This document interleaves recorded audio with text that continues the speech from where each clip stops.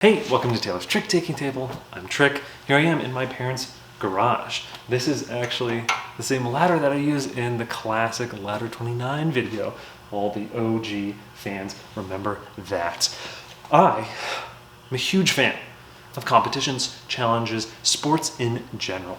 So are my parents, as you can see by all of the hats that my dad has had over the years of his team, his favorite sports team. I don't know if you could guess which one it is. And also, look at this, 4-foot tall inflatable and a 6-pack of 2000s Coca-Cola Classic, the Santa Pack edition. You can tell that we love to tailgate in this house, and we love all types of sports competitions. That's why I wanted to highlight the one and only Steven, who did an amazing job doing a trick-taking tournament bracket and also a climbing shedding tournament bracket over on the PGC Discord. At the time of this video, it's actually the climbing shedding championship, so you should still go check it out because you can have a say on what the #1 climbing shedding game is. Alrighty, so before I get out of here, from one huge fan to the next of competitions, thanks so much, Steven, for doing a wonderful bracket tournament. And definitely, if you're watching, go check it out. Maybe you'll have a say in what is the best climbing shedding game. All right, I'll throw it back to you in the studio. I'm off to go do some more sports and competitions. All right, catch you later. Come on, Benjels, get loose. Hey, welcome. I'm Sporty Taylor in my sporty jacket. And we talked about it, and it's an NHL right now. It's an NBA right now. We're in the bracket season. It is so fun to be a trick-taking climbing shedding person because Steven did that bracket in the PGC Discord. If you want to check it out, I have a link to join the Discord and also a link to the brackets so you can see what they are. We're going to cover them. I'm going to go through them a little bit over on the couch in a little bit because I think it's so fun. Currently, the climbing shedding is on the final 2. And spoiler alert, it's a Ross v. Ross situation. It's really a Ross situation where it is haggis versus bacon. Wild. I expect to teach you to be there, maybe. It was the #1 seed. And also scallops, kind of huge as well. So it's awesome. Love Sean. So couldn't be happier. It is so fun to see that in the finale. So go check those out. Also, so I thought, hey, talking about the PGC tournament and the bracket, they just did Tricktakers and haggis, speaking of haggis, and I have been requested ever since I did a Tricktakers video 7 months ago to cover the expansion. So I thought, you know what, they're going to be coming out with the expansion of Tricktakers soon, might as well cover it. This is the old version, and show you all those wacky characters, which I think are pretty good. This will be the Japanese version, and it won't have any tweaks that they might make, but I thought I'd give you a little taste of what is coming up. So I'm off to slip into something more comfortable to soothe the couch, and you can jump if you don't want spoilers for what the bracket looks like. But then after, I'll see you at the table. And also, I'm going to assume you know how to play trick-taking. Well, definitely. That's like how I teach all the videos. I'm assuming you know how to play Tricktakers the game. This is just going to cover the expansion. So I have a video on Tricktakers the game if you want to see that. All right, see you at the couch or jump ahead to the table. Bye. Benjels! Hey, here we are on the couch, and I meant to say Hirokin is the designer of Tricktakers and the Tricktakers expansion set. Huge shout out. Hirokin is just absolutely the best. So excited to see what they do next. But without further ado, let's get to the bracket. So let's do the trick-taking one first. There were a lot of entries. As you can see, it started off at a top 256. Whew! And this also wasn't seeded. I don't think Steven did the seeding as all random.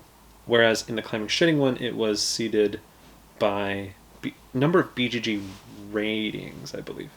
But so looking at this, you get some interesting matchups. Sometimes it's Taiki versus Taiki, like in 193. You have Inflation Zimbabwe Trick versus Lose, which is interesting. It's always cool to see fun matchups that are very direct. Sometimes it's apples and oranges. I think a kind of a common complaint of brackets is sometimes you just get weird matchups, especially if they're not seeded. and sometimes like two really good games could knock each other out early. So it's interesting. Actually, I personally think it's fascinating to have like a random seed and then see what can come out of it and what cool matchups. Oh yeah, like in here in the semifinals match 252, it's Sail versus the Crew, which is fun. The co-op versus co-op trick-taking games. It's cool to see how far some of them go and compare that to where I expected them to go. There were some definite cult classics that grew. I think if the designer was in the Discord, I think people loved voting for them, which was awesome to see. And there were some blowouts too. I think some of the matchups, which is really fun to look at when you look at the rank comparisons, like Tournament of Avalon versus Charms Dois, like 40-2, right, is pretty different. But then sometimes you're looking at ones like the Crew, Quest for Planet 9, and the 6 of 8, and that was 33-32. Super tight, right? It's really cool stuff. It's always fun to look at these. I just love data. It's just something that I am cursed with loving. So it's really cool to look at and see how far classic games go versus older games. I know BGG also has like a bracket, kind of March Madness, that they do every year. And I think this year it was Twilight Imperium that won, which is so fascinating. I know BGG skews heavy, and so it was interesting to see where the voters of PGC skewed in that Discord. And as you can see, we get to the final four here. Actually, let's look at the final. Let's look at the top 16, which is so fun. So top 16, you have Zimbabwe Trick, Tricky Time Crisis, Yokai Septet, Ghost of Christmas, Cockapoo. Cockapoo is fascinating because it is very, very new, and it did get destroyed by Schadenfreude, but hey, what are you gonna do? Robot Rick, Potato Man, Tricktakers, trick covering, Nikos Dice, Twinkle Starship, Spades, Sail, 9 Lives, Charms, Dois. So let's look at the top 16. Some really interesting comparisons. So Tricky Time Crisis barely beat out Zimbabwe Trick. It's fascinating to see how much Taiki Shinzawa is in the top 16. So one with Zimbabwe Trick in Inflation, Ghost of Christmas, 10 Palatrix, and Twinkle Starship, and 9 Lives, and Charms Dois. That's 5 of them, which is absolutely wild. And a lot of those made sense. I didn't realize how much people like Nikos Dice. I thought Tricktakers would have gotten more votes. Cockapoo, I was surprised. That was kind of like a Cinderella run. But I think Schadenfreude is just like a beast that kind of knocked it out. So looking at the top 8, Tricky Time Crisis, Yokai Septet. It's an interesting matchup. I think Yokai is just a little bit of like a modern classic now. So I think that makes sense. Schadenfreude, same thing. I think Tricky Time Crisis and Robot Trick are newer ones that are really hitting hard, but I think there's just some modern classics in there. Nikos Dice and the Crew. What more can you say? They're classics. I didn't realize Yokai and Schadenfreude would, and even Nikos Dice and the Crew would be so disparate. I thought they were going to be much, much closer. But it is pretty clear that Schadenfreude and Nikos Dice are the top 2. But what is fascinating, oh man, after all of this, all this voting, you get down to it, and there's only 2 votes separating Schadenfreude and Nikos Dice. And, I mean, the classic joke is that in Schadenfreude you win by getting second place. So maybe Schadenfreude actually won. But yeah, so number 1 is Nikos Dice, which we've covered on the channel and absolutely love. I just didn't realize it was that big of a hit amongst people in PGC. So that's so cool. So cool to see. Those are, I feel like you could have the whole top 8, top probably 16, top 32 as like a really fun smorgasbord to show people trick taking. There's a lot of cool stuff. Like getting back to, let's just look at the top 16. You've got Must Not Follow. You got 2v2 teams. You've got fully cooperative, for sure. You've got a lot of weird, complex trick-taking games, and then you got some super, super, super simple ones. So it's cool. And some classics. I mean, Spades is on there, right? I actually thought, because Spades is, I think, the oldest game that, like Hearts and Spades are ones that are voted a lot in kind of the community, I think. Like, I don't think Bridge or Euchre are as high as like Spades and Hearts. So I thought Spades was actually going to go the distance, and it got kind of close. Like I think 31 to 38, kind of only lost a little bit to Twinkle Star Set. But yeah, that top 16 is a great group of stuff, and like old and new, which is so cool. I think there's some traditionalists who would want more old on there. It's definitely leaning towards new, but it's cool to see. Yeah, this is all so great. Awesome. So let's go to the climbing shedding. So again, Steven decided to seed this now, which led to more of like a traditional, like a classic bracket like March Madness or NBA or any type of normal playoff bracket. And I think it led to some fun moments on surprises. So getting past the round one where it was classic bracket, you kind of sometimes have extra numbers that try to work their way in, but then they needed to make a kind of a clean round two, which was 64. And there's less climbing shedding games, so it makes sense why they're worth that money. But so Tichu number one, huge game, definitely one to watch out for. And it's interesting, I could name Tichu, Scout, Haggis, Bacon, probably as like top climbing shedding games, maybe Frank Su, but I didn't really know what would be like in the teens, right? If you asked me to rank like BGG wise, what would be up there? I didn't quite think Maskman would be anywhere. I mean, like it's big, but like number 9 is interesting. Delt number 8. Yeah, these are some interesting things. Chimera 15. So some cool stuff. Custom Heroes 7. Fascinating. And the matchups were fun. So not too many surprises. In fact, looking at this, there were some. Well, I will say, Crisps stands out as a huge Cinderella moment. Crisp is the new one by Shrish Bhat, and I've only played an early prototype version, or like a kind of an early beta version. So I don't have like thoughts on the final version. But it's a really cool climbing shedding game where you have like a drawing deck, and the cards that are really good like could not be good at the right times, I believe, if it is kind of where it's at. And that one made it so far. Made it to round 4. And it was 49 seed, which is fascinating. And it did pretty well against Tichu. I mean, Tichu's again this kind of giant monster in the climbing shedding space. I think a lot of games get compared to Tichu, maybe unfavorably. I've seen a lot of games that are very different than Tichu, but they're climbing shedding, so people are like, why would I play this instead of Tichu? Even Scout or, Bacon or whatever, right? Like even games that are quite different and have like a lot of minutia or intricacies that are wildly different than Tichu. And not to mention Tichu's a team versus team game, so that in of itself is very different. But Tichu gets compared a lot. It's definitely the standard for a lot of these. But so Loop coming in hot. Some of the new hotness, definitely getting past the second round.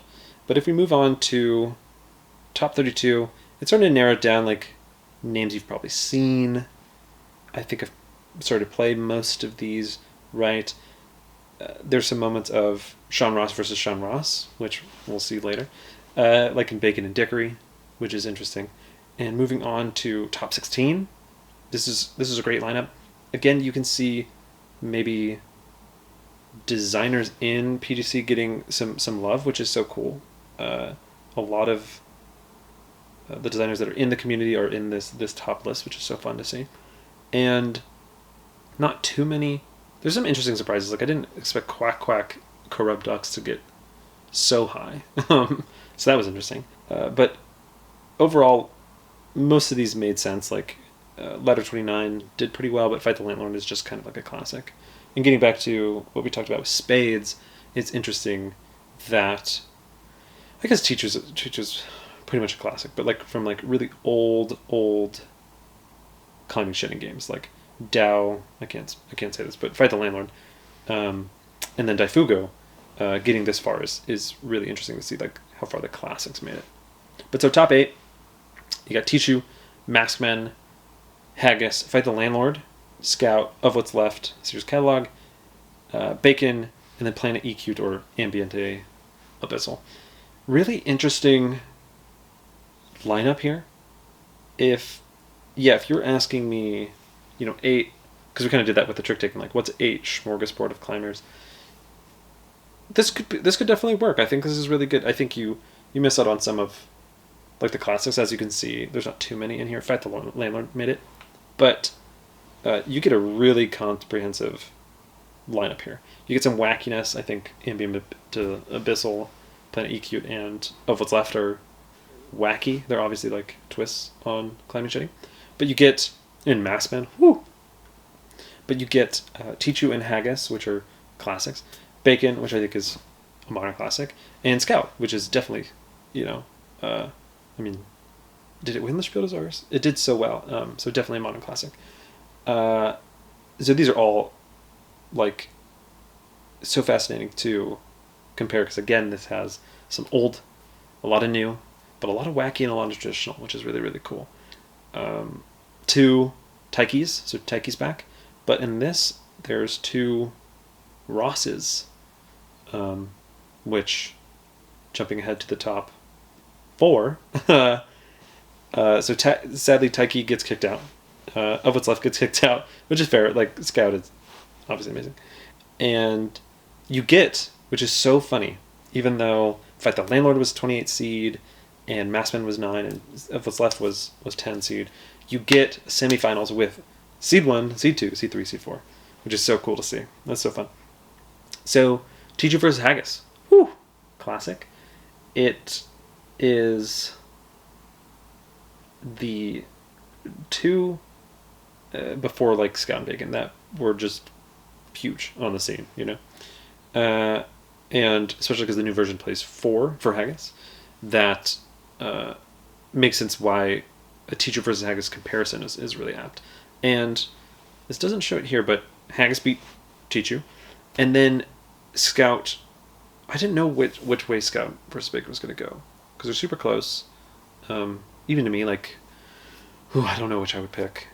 But Bacon won, and so the finals is now Bacon versus Haggis, which is wild. I think we're coming up on the end of the voting, so we'll see what it is. Looks like it's definitely leaning one way, but it's so cool to have a Ross situation, which is a win-win to see. I think Sean is a beacon, a prolific climbing shedding designer. Even in this tournament here, I think he has probably like 10 designs. I don't know. I didn't count, but so many in here.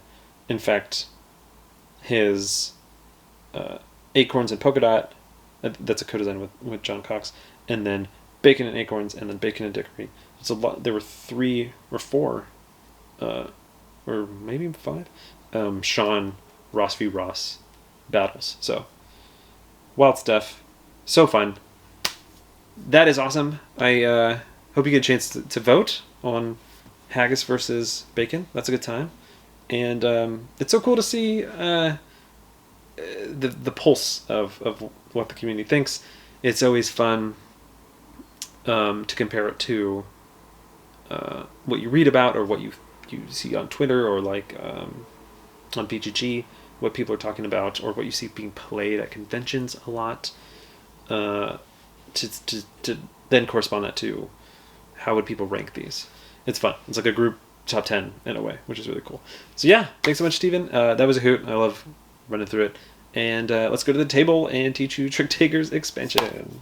Here we have the 7 new characters in the expansion set of Tricktakers. I won't be teaching the full game. You can check out the video for Tricktakers on how to play the actual game, but this is just going to go in depth into all the characters. I'm just going to go one at a time. I should say though, in the box they do have some new things, like 6 characters that I'll put up here have an additional win the game condition for them at the end of the 3rd round. If the sum of the victory points of these characters surpasses 350, then they win the game. And this is given priority over acquire 2 crowns as the winning condition.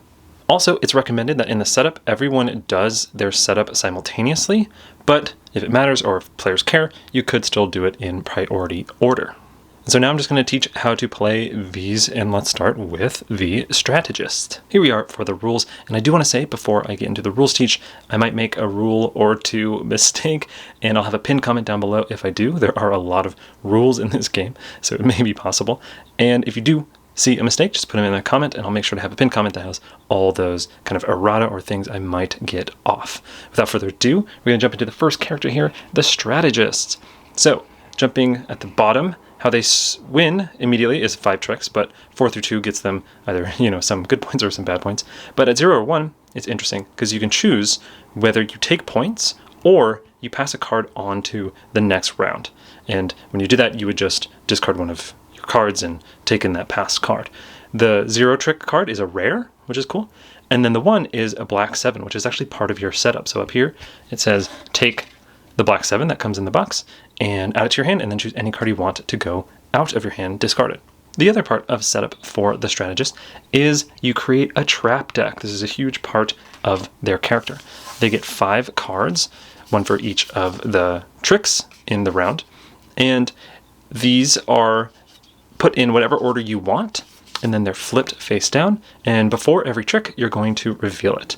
And these are different things that players cannot play, or else they've triggered your trap, and they have to put 10 points into kind of a pool area, which I'll explain what happens to that pool later. So they are things like, don't play 1 through 6, don't play a black suit, don't play 7 through 9. If you must follow, and if you don't, then you have to put 10 points into the pool. Or this one is, if I win the trick, other players have to put 10 into the pool. So what happens to the pool is, if the Strategist wins a trick, they collect the points from the pool. If at the end of the round, after all 5 tricks, there's any points in the pool, those just go out of the game, like back to the box, right? They don't go back to the players. So the players do lose those 10 points. It's just, does it go away, just like out, or does it actually go to the Strategist? That depends on when they win a trick. So maybe in the very first trick, they had it set up to being, don't play 7s, 8s, or 9s. Someone plays a 7 or an 8, or 9, and they put 10 in, and then maybe the Strategist wins the second trick. They would take the 10 points that was in that pool into their bank. Really cool. The other thing that they get is this card right here, a tactical card, which allows them to, on one trick, ignore must follow and play whatever card they want. Some small things to note when I explained this card right here, this trap card right here, you would have it to where if the Strategist wins the trick, each other player would put in 10 points into the center, and then the Strategist then takes the tokens. So they do get the tokens from here. That's pretty cool. And then also with the cards that carry over into the next round, like if you decide to pass a rare or decide to pass this black 7, there's some minutia with the Berserker. So if the Berserker takes it, they can't discard the Berserker card, but they can take the 7. And also the Alchemist also has some minutia. I'll just include it up here. And that's how to play the Strategist. Here we have the Summoner. So the Summoner has a pretty basic incentive structure. So 5 tricks wins the whole game, and then you want more as you go. So 4 is better than 3, better than 2, then better than 1. So how the Summoner works is they're going to be summoning monsters that have abilities, but also can go out into the field and kind of fight for you and make your cards better. So as part of setup, you're going to get 5, they're called MP, they're magic points, and there are these cubes here that will be adding or taking away when you summon things or use them. So how the Summoner works is at the very start of their turn, they're going to, if they want to, summon a beast to, this is called the rear. They have 2 slots for the rear, so they can summon up to 2 beasts on a given turn. And how it works is they have these beasts down here. There are 6 beasts, and when you flip them, on each beast, there's going to be a summoning cost. So over here, this costs 1, that costs 1, whereas these over here, they cost 3 and 4. So maybe on our turn, we decide to summon the red one here, that costs 1, and then maybe we summon the black one over here, that costs 1. And again, you can only summon 2 on your turn. So then you can use their abilities on the bottom if you want to, and those also cost mana possibly. Like these two actually don't cost anything, but everyone else costs 1. And so what do they do? Well, the red, blue, and green, what that says is you can spend a mana to discard a card and then draw a card back up from the deck. So that is the command power of those 3. This one over here is somewhat similar. You can discard as many cards as you want from your hand and then draw that many back up into your hand. This one down here is fascinating. This is just an active ability, so you don't have to spend anything. And this just means all of your 10s don't lose to 1. So as you can see right here, like this card is a 10 in green, but it loses actually to the 1 of green. If this was out, it would just block that. So your 10s are actually super strong. And this one right here, it says you can just by default at the end of every turn recover 1 mana point. And when you recover 1 mana point, so say this was the end of the turn, you just move it back onto your character sheet. So let's take that back here. And you can do this as much as you want. So you know how we already spent 1 cube to draw and discard. Maybe we do that again to draw and discard. And you can keep doing it as long as you have cubes, but let's say we only did it once just to save up magic points. Then we would play a card from the hand. Maybe we play this 1 red. And then the last thing is you can move your beast to the front. How you would do that is you would spend the cost on the top, maybe, and flip over the card and put it out. So as you can see up here, this costs 2 to send it out to the field. So we could spend our 2 magic points, flip this, and then it isn't that we played a 1, it's as if we actually just played a 10 in the black. The really neat thing though is I said we possibly don't have to pay, because how it works is if you play the same suit card as the one you're going to deploy, then you don't have to pay anything. So this would be 1 cube to get it out there, but since these are both red, this actually goes out there for free. So in that last example, pulling back here, this, to change this 1 red into the 10 black, it cost 2 points. But if we had played maybe this 7 black, that actually would have been free because it's the same suit. And so that would be black suit, red, blue, green, and then these are on rares or the white flag cards. Those can be played without having to play a mana point. So we've explained how to spend mana points. This is one way to get them back, but what's the other way to get them back? Well, when you win a trick. So let's say we played that 10 and we did win it, we would actually, you get an MP, a magic point back every time you win a trick. And that's how to play the Summoner. Next we have the Alchemist, who kind of does their own thing with their own separate deck. So in fact, during setup, you can discard all your cards in your hand. You're going to shuffle your own separate deck. This is 1 through 5 in the 3 suits, and you're going to draw 6 cards into your hand. And this is going to be your hand for the first trick. You are going to play 3 cards, and then you're going to draw back 3 cards up into your hand. So you'll always have 6 in your hand. And the math is you never, reshuffle this. So you'll have 3 cards in the 5th and final trick. So what are you trying to do with your cards here? Well, first, maybe I'll explain how the card play works. So if someone were to, let's just do this, lead a red, let's try back up so we have 6, you do have to follow suit if you can, meaning one of your 3 cards has to be of the lead suit. So we would have to play this 5, this 2, or this 3. We could play all 3 of them, maybe we want to, or maybe we could just do something like this, where we do that, and let's just do that for now. So why did we do that? Because the whole goal of the Alchemist is you want to create combinations of things that you play. So this is in Japanese, so I'll put it up here in English. But as you can see, you want, with the 3 cards that you play, to have played one of 5 things, kind of. The bottom one is just winning a trick, so it's more one of 4 things. Either you play the same number as the lead suit, so they played a 1, and this is equal to a 1, because if you get to 10, you keep the same number. You actually add up the ranks here. But if you get to 11 or higher, you take the 1's place. So we played an 11, and so that actually is like we played a 1. And the suit that you played in is the lead suit always. So we played a 1 in the red suit. So as you can see, we played the same number as the lead. Then, if you had 3 of a kind through the same number, we would have gotten, we sadly only have 2 of the same number. Then a flush, so all the same cards. So that's why earlier we could have played all red, that would have given us an element, or a straight where there's 3 cards in a row. We also didn't do that. So in this case, we played a 1 of the red, and that means we got 1 element. So what are elements? Why are we doing all of this? Well, as you can see on the bottom here, there's these 9 elements. There's 3 purple, 3 pink, and then a red, blue, green. And they correspond to this table here. So what this table is, it's where you'll be placing these elements that you take onto the board here. So if you take a certain color, you do have to place it. So if I take this pink, I'd have to place it here, here, here. If I take the green, I'd have to place it here, red here, and then, as you can see, the purple there. And so why would you take a certain color and why would you place it certain places is because you're trying to make these patterns. So at the end of the round here, as you can see, if you made either the 3 purple on top or the 3 pink, you would get 10 points. And it's all cumulative. So, for example, you could do something like this. Let's show an example with some elements on there. So as you can see, maybe we won 3, 6, 7 elements in the course of the trick play.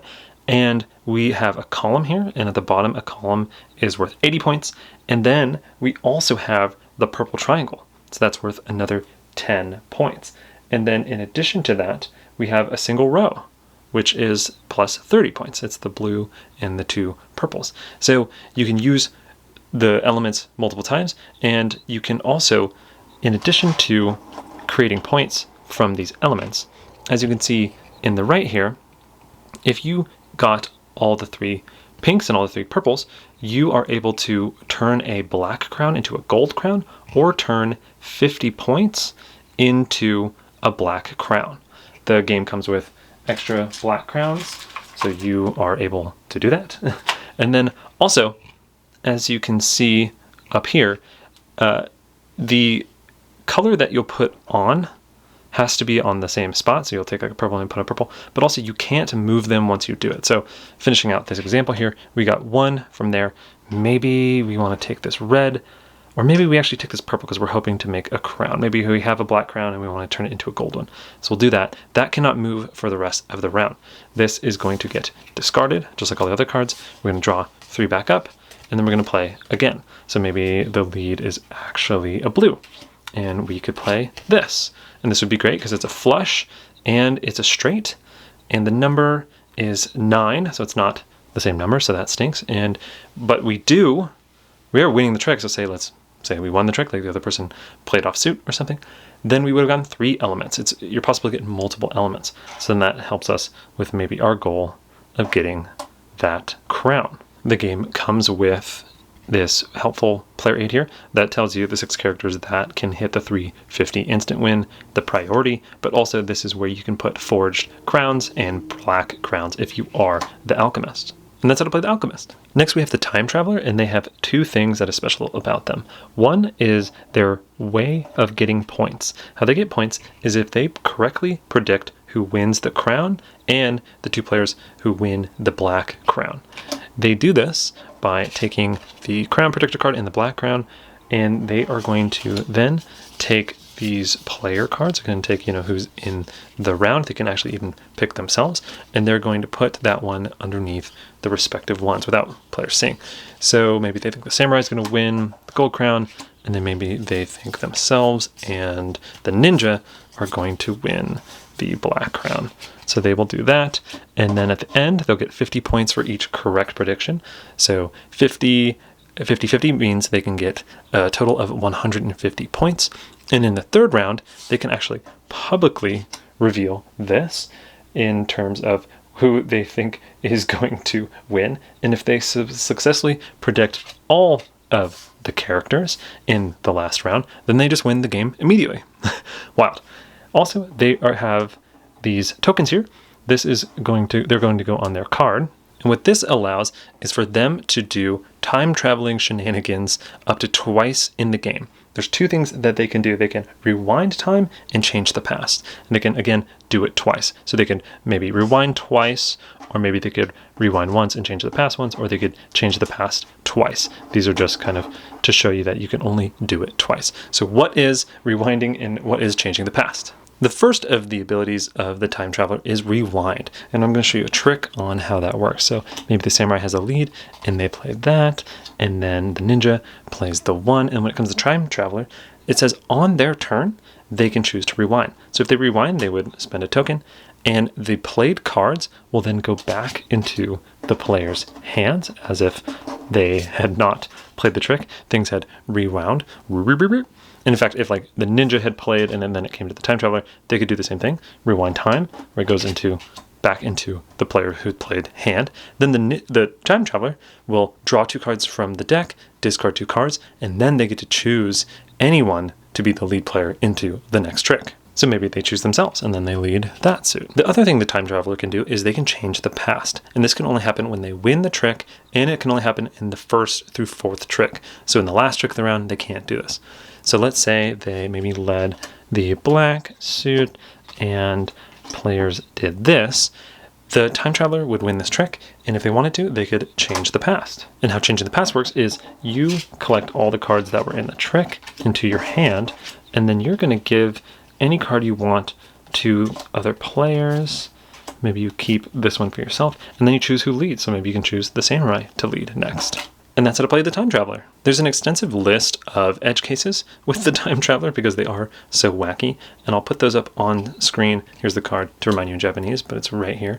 I'm not going to go through all of them because there are a lot, but you can just pause and check those out, see if they apply to your situation. How the Phantom Thief works is you're going to have these invitation cards, and you're going to be giving them out to the players. The black ones are bad. For the most part, you're going to be trying to steal from the players that you give the black ones to, and what you are stealing is on the card. So either 30 points, a black crown, or a crown from those players. So you're going to give them out, and they are going to go face up, and then one of the players is going to be your partner, which is the gold envelope here.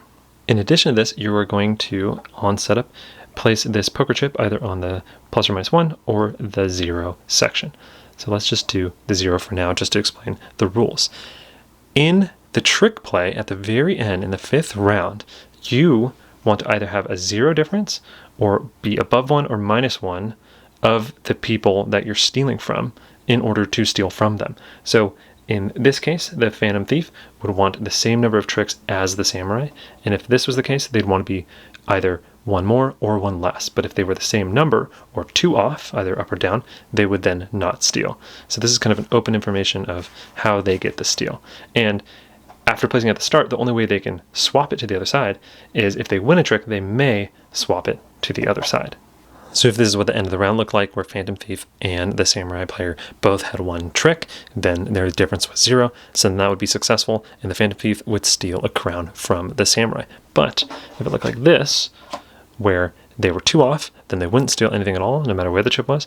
Or if it looked like this, they also wouldn't. But if it looked like this, where they had 1 more, or even this, where samurai had 1 more and they actually had 1 less, then they would steal a crown from the samurai. It's kind of open information, but you can manipulate, whether you have no difference or a difference of +1 or -1. The other thing you can do is when you win a trick, you can flip this, and then it goes from you were on a team with your partner, you weren't stealing from them, to now you are stealing from them. You're a wolf in a top hat clothing. At that point, you're not stealing from anyone with a black card. And again, if there were multiple players, you would have these out and you'd be stealing from anyone who met those requirements. So for example, if it looked like this, samurai took, 4 tricks and ninja took a trick, and it looked like this, Phantom Thief and these 2 characters up here would be at 0, so Phantom Thief would steal a black crown and 30 points. So just to clarify that. But back to this example, when they... Oh, and that should have been flipped. Whoa, that was loud. That should have been flipped for that example. But back to this example with the flipping. This is where the Phantom Thief is now the stealing from their partner. And their partner... what they steal from them, they can choose at the end, either a crown, black crown, or 30 points. Let's go back to not being a betrayer just to explain the great part of having a partner. On your turn, if you want to, you can pass a card to your partner, and they can look at it and then pass any card they want back to you. Or they can just discard it and the exchange would fail, and in that case, you would draw a card from the top of the deck. If you betray your partner and flip the coin, you can actually still do this exchange, funny enough, and they can, accept it, or they can discard it and make you draw from the top of the deck. I should note about the Phantom Thief, they have an interesting thing with the scoring on the bottom here. So 5 tricks they instantly win, 4 they get 100, 3 they lose points, and actually at 2 they don't get any points, but their partner gets 50 points. Also at 0 they get 0 points, but they can't get a black crown, also at 0 points. They lose points at 1 trick, but then they can finally get a black crown. So some pretty wacky stuff in their scoring here. And that's how to play the Phantom Thief. The next up is the Ninja, and they have some pretty wacky stuff in their scoring as well. So as you can see, if they take 0 tricks, they're going to get 70 points, but they can't get a black crown. But at 2 tricks, they'll get 70 points, but they can't get a crown. They can get a black crown though. So they have some interesting they don't really want odds unless they're going to get 5. Their special ability is when they go to play the trick, they play like normal a card, and it's must fall, so maybe, it was red, and so they followed it with red. But what's interesting is they can, if they want to, they can also play a card face down. If they do play a card face down, it does have to follow the must fall rules, so let's say this was their hand, they'd have to play either the 1 or the 4. But what's cool is after the trick resolves, so maybe looks like this, they can choose whether to flip this card and have this actually be what they play. If they don't want that, they can just not reveal it and then just discard it out of the game. And after this, they would just draw a card from the deck, so they always have the right number of cards in their hand. Last thing of note is their flip-up face card is revealed and played at the very end, which is important for breaking ties and such. So it's something to keep aware of. And that's how to play the Ninja. And last but not least is the Samurai. So the Samurai is interesting because they immediately win the game at 4 tricks, but at 5 tricks they actually lose a ton of points. So kind of a ramping up here and then a hard fall off. Their whole thing is just reds are black. For them, they're trump. So reds are really strong for them. They're trump cards. In fact, when they get dealt a hand, if they have any black in their hand, they immediately have to discard it and draw up a new card. And they always have to do that. So even if they drew back into black, they'd have to discard and draw. They can never have black in their hand. If they ever get black in their hand through crazy things like time travel or whatever, they always have to discard it and then redraw back up until they don't have black in their hand. But again, red is black for them. So say this was lead red and they play, or say, better example, let's say it was lead green and they only have red and they wanted to, they could play that. That one would actually win for them. It counts as trump, so they would win that trick. Also, let's say it looked like this, where red was played by another character. It was lead green. And so in a normal trick, not with a samurai, if it was lead green, they would win. But if samurai is in play, it's not that all reds are turned into trump. It's just red is trump for the samurai. So this actually doesn't win. This samurai character would win with the 1, which is essentially 1 of trump. This is offsuit 5. This is onsuit 1. Other thing that the samurai does to be aware of is if there's ever a white flag or if it's kakame from the resistance back in Tricktakers, this nullifies the special power of the samurai where red is trump. Very last thing, if they win a trick, they can, if they want to, take any other red card played by the other players and put it in their hand and then discard a different card. They can't pick their own. So in this example, if they wanted to, they could take this red 5, put it into their hand, and maybe discard a card out of their hand. And that's how to play samurai. And that's actually how to play all of the characters now. There is a way to play them at 2 players, which has a bunch of variants, but I'll leave you to discover that on your own. And that's how to play the expansion to Tricktakers. So that is Tricktakers expansion set. Whew. A lot we just covered. A lot going on in this game. And a lot of fun. I think if you're watching this, you made it this far, you probably like Tricktakers. And if you like Tricktakers, this is essential. I would probably have to say. I think it has mostly hits. It's wild to have so many good characters. A lot of characters that I think are way more fun than the original set of characters. And even a good deal, maybe like 2, maybe 3 characters that are relatively simple. And in fact, I would, like Ninja and Samurai, I would say include these in your base set of characters because they're definitely more simple, is that the right word? Than the adventurer or something. Like I think that what's great about this expansion is it doesn't just include a lot of hard, a lot of wild, a lot of intricate characters, but also some simple ones that you can just toss in. Ninja is a favorite of mine. I love that flexibility of choosing what you want, and it's kind of like trick and draw. We talked about this before, where there's something fun to trick and draw. Like, what's the possibility that you might get? And I know Tricktakers kind of loves that. It's always like, draw from the deck, draw from the deck. And this one is so great because you can choose to do it, and also you can see the whole trick and then choose to reveal it. It's so simple, so fun. Love Ninja. Samurai's cool. I think I'm like, okay, on Samurai, it's like a fine twist, and it does it well. It's cool to bring out when you want like some variety, but still have a basic game. But it's not anything to write home about. I do like the win 4 tricks is win the game, so that's fun. I kind of like that more. Usually it's 5 tricks, especially in the base game. So it's nice to have a little bit more variety on number of tricks having you win the game immediately. So that's really cool. Okay, stepping up a little bit in difficulty. Let's save. I'm trying to see which ones to save. Let's talk about the Strategist. The Strategist is cool. I think this is the one where, or I was going to say, I think this is cool, but I thought I'd preface it. This is the one where you come up with rules. The planning of the rules is fun. And trying to plan the trick you take, because you usually want to take one trick. I think, taking 3, 4 tricks usually is pretty hard in a game of Tricktakers. I mean, it depends on the player count, depends on what other characters are in there. But you want to at least take one so you can get paid. Taking 0, you can get $50, I guess, points, bucks. This is actually, the universe is in the United States. That's the universe that Tricktakers is in. So yeah, $50. But so you want to get that trick. You want to time that trick. And it's really fun to choose when to time that trick.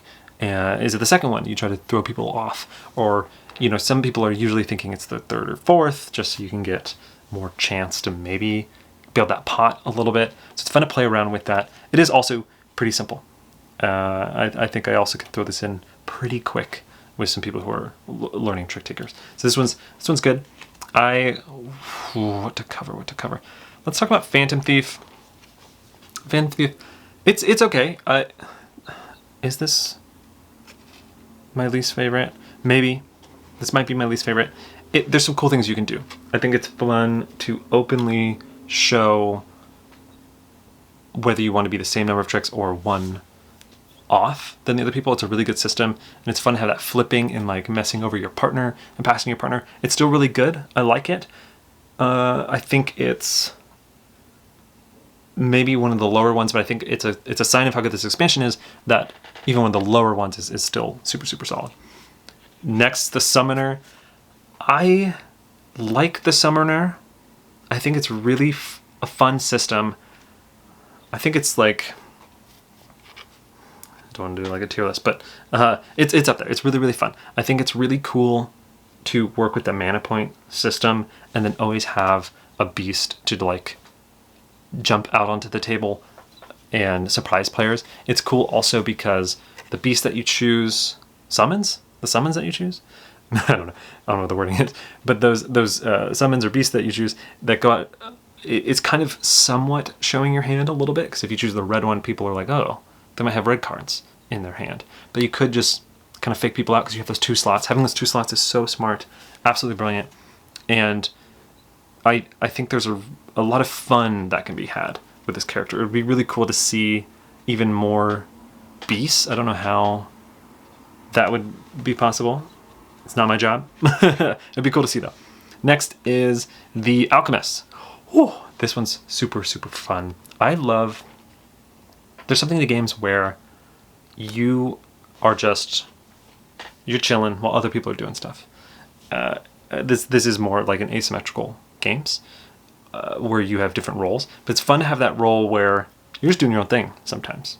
It's like the multiplayer solitaire feel where you're playing certain games that you're just kind of hunkering down, doing your own engine, you're having fun.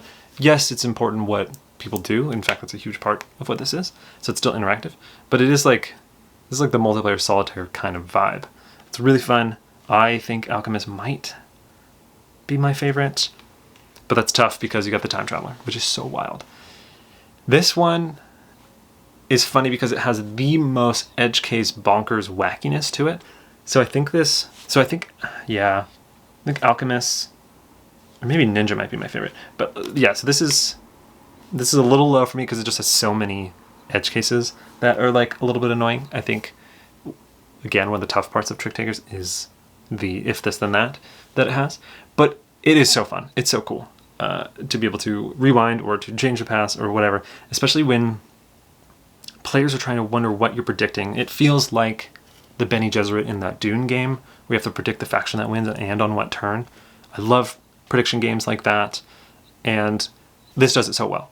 So I've never picked this on the third round. I really want to sometime to do that open bid, like the call your bid. I love the games that do that. They have like 99 that does that, where there's like showing what it is. Or we just covered Dealer's Dilemma, where, you know, showing people what you're kind of going for is always fun if you can get more points for it. Kind of like a risk-reward situation. So I really do want to play this on the third round. But even earlier rounds, so much fun. Love it. So yeah, this is just a great set. Like, yes, it's classic Tricktakers fashion where there's a lot of oddities, a lot of like edge cases. But if you're in this world, if you're in the thick of Tricktakers universe, Tricktaker world, you owe it to yourself to get this. So that is Tricktakers. Definitely a hoot. I talked about this a long time ago with the Tichu expansion. We talked about that idea of not a lot of trick-taking games have expansions. It's a part of the genre that is very interesting. I noticed there's tons of expansions in a lot of different genres, but there's something in trick-taking games where you're like, yeah, it's kind of it. It's like, it's been explored. And so it's fun always to see an expansion for a trick-taking game. It's always like seeing a shooting star. And it's even better when it's great. Because I don't know if you remember Tichu Booster, but not the best. Anyway, thanks so much for watching, and I'll catch you later. Bye.